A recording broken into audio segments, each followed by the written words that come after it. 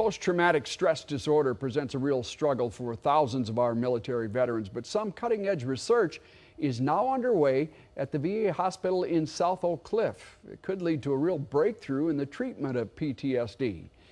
Godwin takes a closer look in tonight's Fox Forward. Too many of our veterans come home from serving in war zones and find their daily lives are haunted by the trauma they experienced in combat. Feelings of stress, anxiety, crippling fear can be repeatedly triggered by the memories of what happened to them overseas.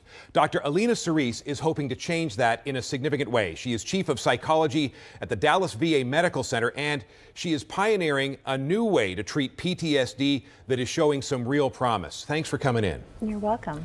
Okay, the traditional method of treatment involves lots and lots of talk therapy for the patient, for the veteran. It's very time-consuming, very demanding on the patient's time and their emotions, right? That's correct. It takes up to 16 sessions of 90 minutes of talking about trauma and also listening to their traumas every day between sessions.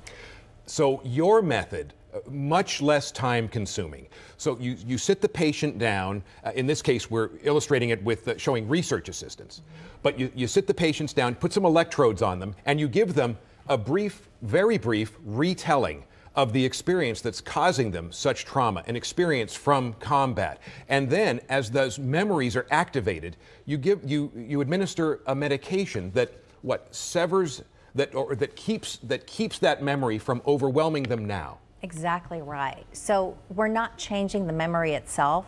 What we're doing is changing the emotional connection that they have. So when they think about their trauma, or when they're cued here in the United States about their trauma, they don't become overwhelmed. It's a fact. They went through this, it happened to them, but they can move on. It doesn't stop their day from progressing as it should. And this method that you're studying, researching, it's a big improvement because there's less time involved, much less commitment on the part of the patient. 4 sessions, and the results so far have been in the study quite promising. Very promising. All the results are in the predicted direction, and so what we're doing now is we're applying for new research studies that we can look at increasing the amount of medication we give to see if we can be even more effective. And assuming your method is adopted one day and widely used, how big a breakthrough would you consider it?